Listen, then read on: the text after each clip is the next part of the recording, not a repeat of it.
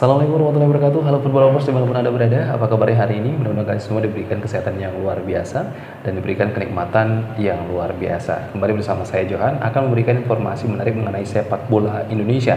Tentunya tentang timnas Indonesia yang akan berlaga di laga internasional, yaitu melawan Timnas Brunei Darussalam pada tanggal 12 Oktober 2023. Timnas Indonesia akan melawan Timnas Brunei Darussalam dalam kualifikasi Piala Dunia 2026. Tentunya Timnas Indonesia diharapkan dapat memenangkan pertandingan melawan Timnas Brunei Darussalam.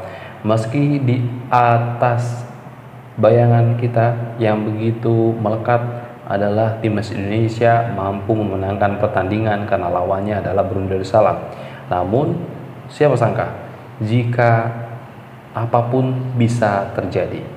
Dan seperti yang kita bayangkan beberapa waktu yang lalu, bahwasanya Timnas Indonesia akan tampil bersama skuad terbaik baik abroad maupun lokal yang akan dihelat pada pertandingan melawan Timnas Brunei Darussalam. Namun sayangnya ada beberapa pemain yang tak dapat hadir di pertandingan ini. Salah satu di antaranya adalah lini bertahan Timnas Indonesia yang sangat-sangat diandalkan. Ia memiliki nilai pasar yang cukup baik dan memiliki pengalaman yang sangat luar biasa.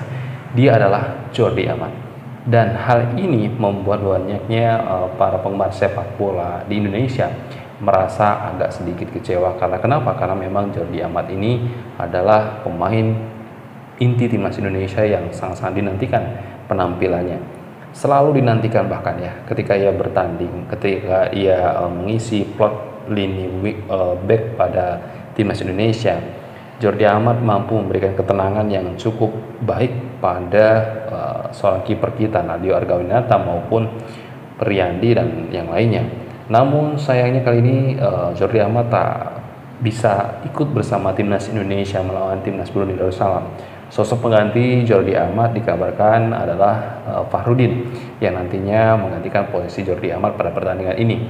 Namun tak menutup kemungkinan Fahrudin juga memiliki kualitas yang sangat baik sekali karena sudah beberapa kali, bahkan ia adalah salah satu pemain senior yang sering sekali dipanggil ke Timnas Indonesia, bahkan menjadi pemain langganan Timnas Indonesia senior sejak zaman Luis Mia.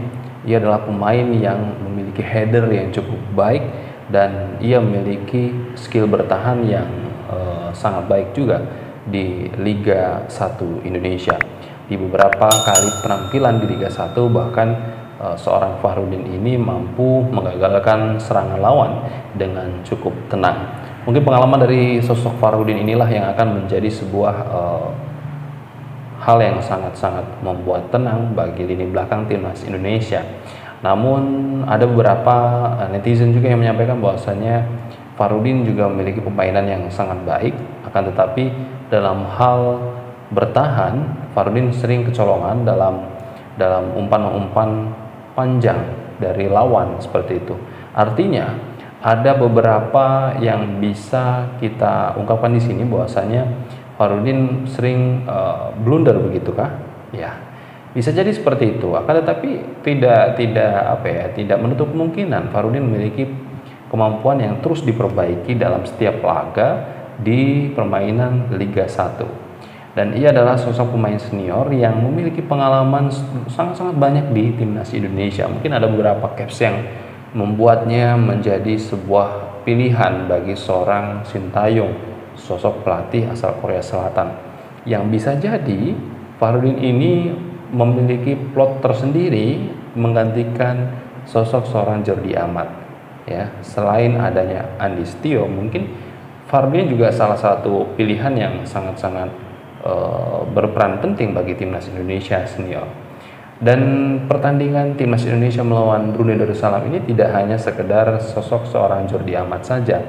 Kita ingat bahwasanya ada Saini Patinama, kemudian juga ada beberapa nama pemain muda yang sangat-sangat berperan penting di Timnas Junior, yaitu Rafael Struijk. Rafael Struijk ini sosok seorang striker yang dipanggil ke Timnas Indonesia untuk naturalisasi melalui jalur diaspora, dan ia memiliki kualitas dan juga kontinuitas sangat baik sekali di lini depan Timnas Indonesia, tinggi yang sangat menjulang membuatnya menjadi sebuah pilihan yang dapat dipanggil ke timnas Indonesia, baik itu timnas senior maupun timnas U23 ataupun U20. Dan hal ini menjadi persaingan yang cukup ketat bagi para pemain striker kita di timnas Indonesia. Ada Ramadan Sananta dan juga Dimas Derajat di depan timnas Indonesia. Untuk di lini wing kita itu ada Egy Maulana Fikri, kemudian Sadil Ramdhani ya. Dan dua pemain ini adalah pemain cepat yang bisa saja pemain ini dimainkan secara berbarengan, namun tidak bisa menutupi kemungkinan bahwasanya Sadil Ramdhani akan dimainkan di babak kedua.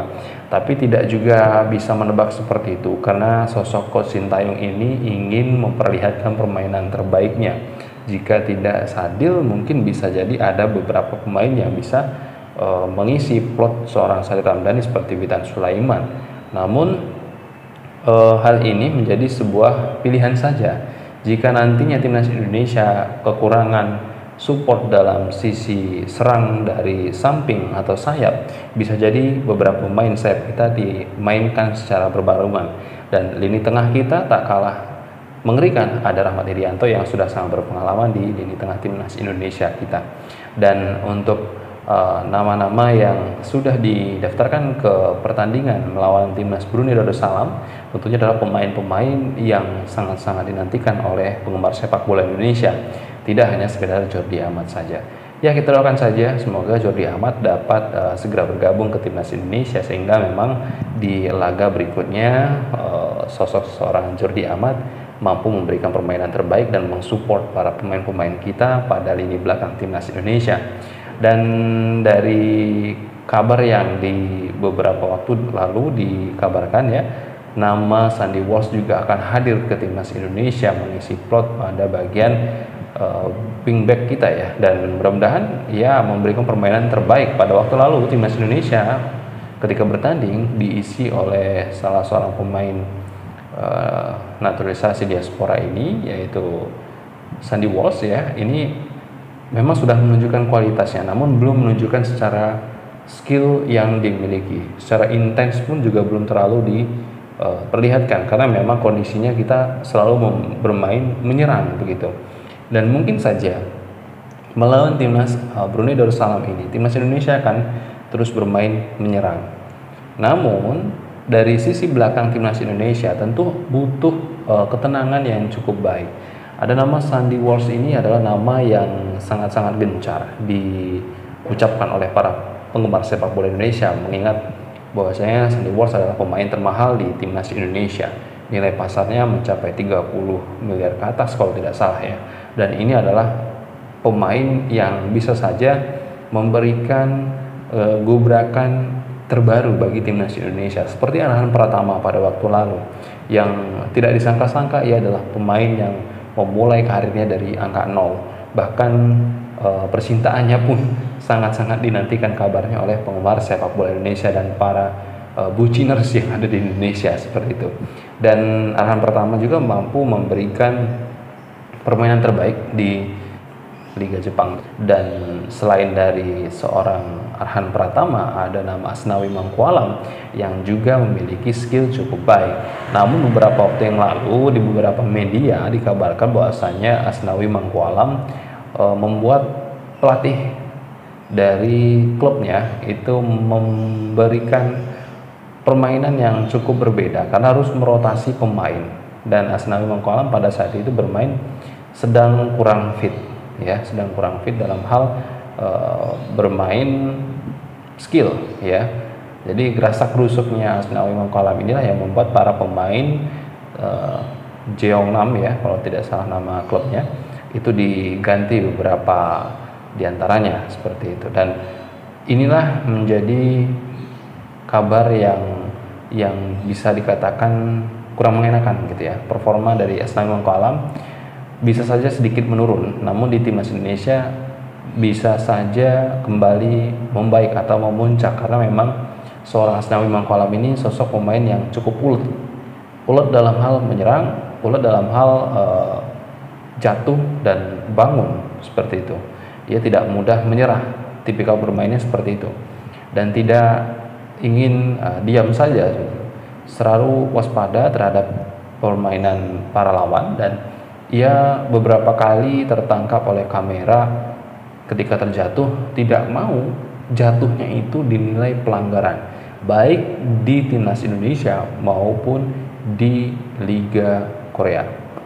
Itu yang membuat seorang Asnawi Mangkualam memiliki nilai besar di mata Coach Sintayong. Ia adalah pemain yang cukup ulet, keras, dan ia mau bertanding memperjuangkan sepenuh hati.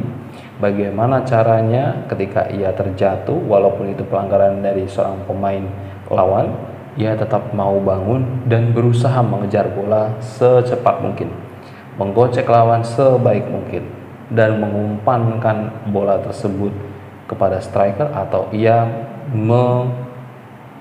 menendang secara langsung ke gawang lawan. Ya, inilah sebuah lika-liku seorang pemain sepak bola di Indonesia.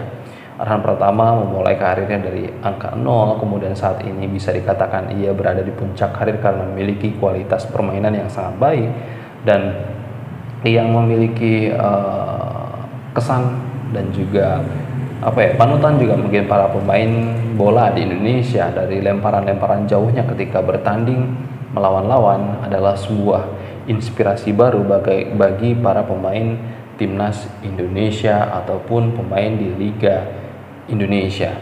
Bahkan di beberapa pertandingan seperti melawan Arsenal pada waktu lalu, melawan Argentina pada waktu lalu, beberapa pelatih yang melihatnya cukup agak deg-degan ya, karena memang kondisinya pada saat itu Arhan Pratama mampu sedikit merepotkan penjaga gawang dari timnas Argentina.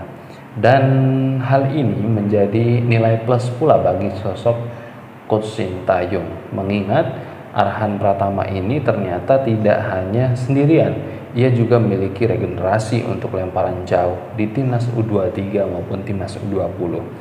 Dan mungkin saja beberapa permainan yang dilakukan oleh sosok Arhan Pratama ini di Liga Jepang membuat klub di Liga 1 Jepang itu merasa tertarik dengan sosok seorang Arhan Pratama.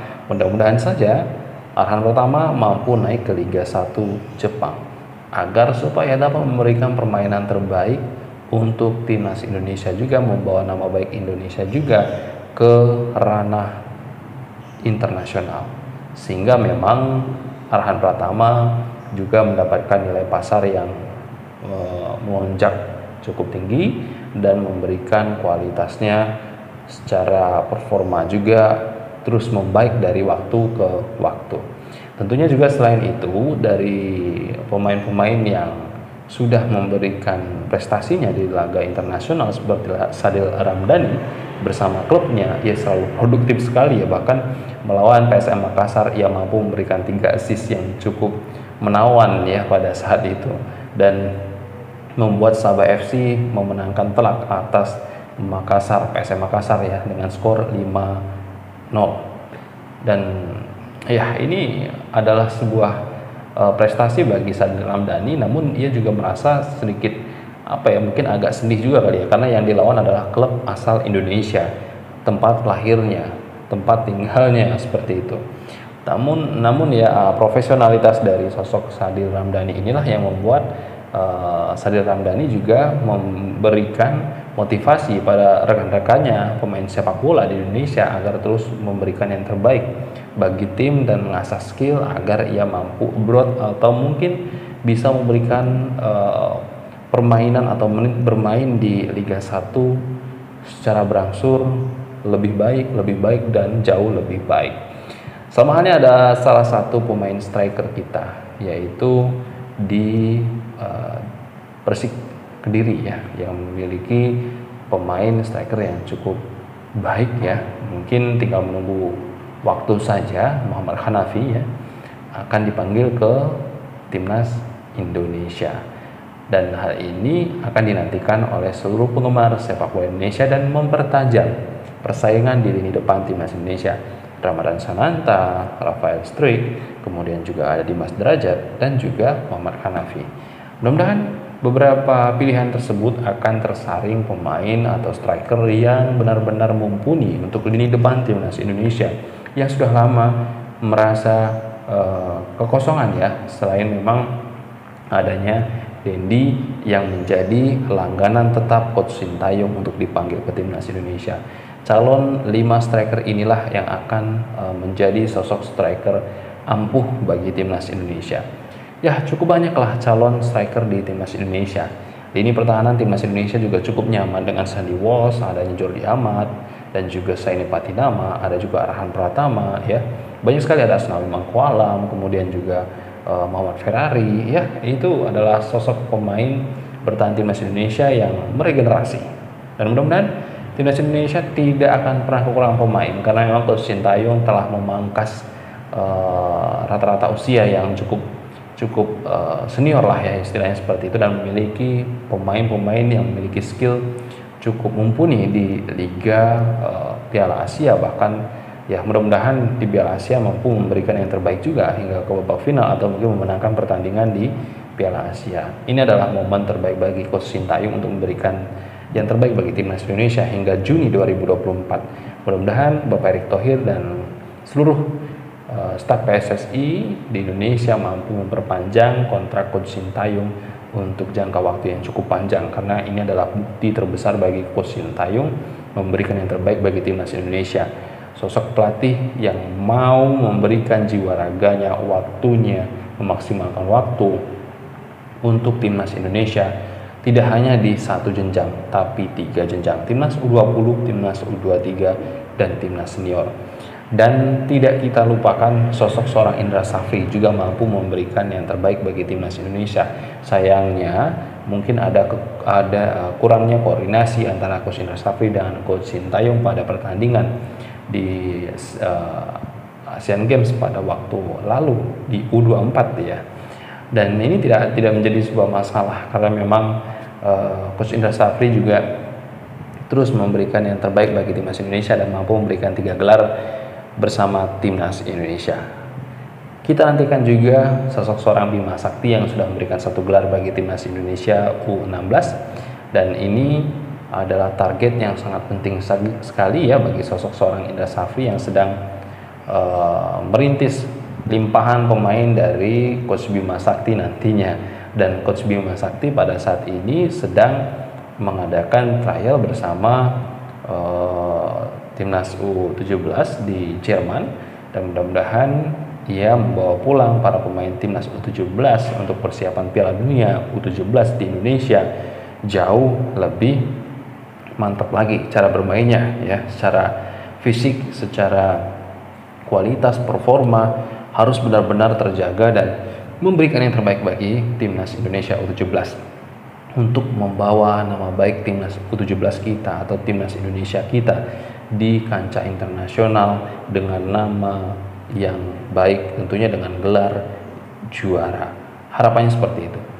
Namun jika memang tidak mampu digelar juara, ya setidaknya timnas Indonesia U17 kita mampu tembus ke 16 besar dan masuk ke perempat final.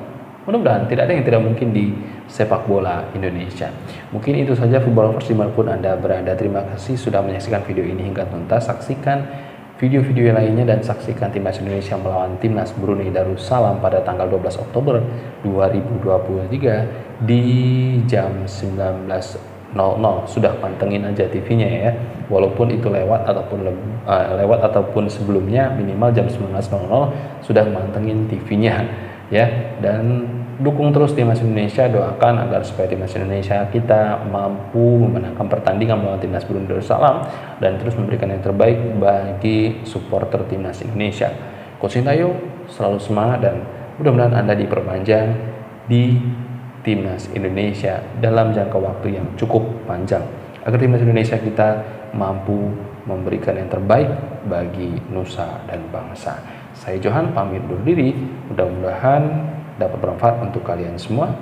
Saksikan video ini, saksikan video lainnya, jangan lupa subscribe, like, dan share ke semua penggemar sepak bola Indonesia. Saya Johan pamit undur diri, assalamualaikum warahmatullahi wabarakatuh, salam olahraga.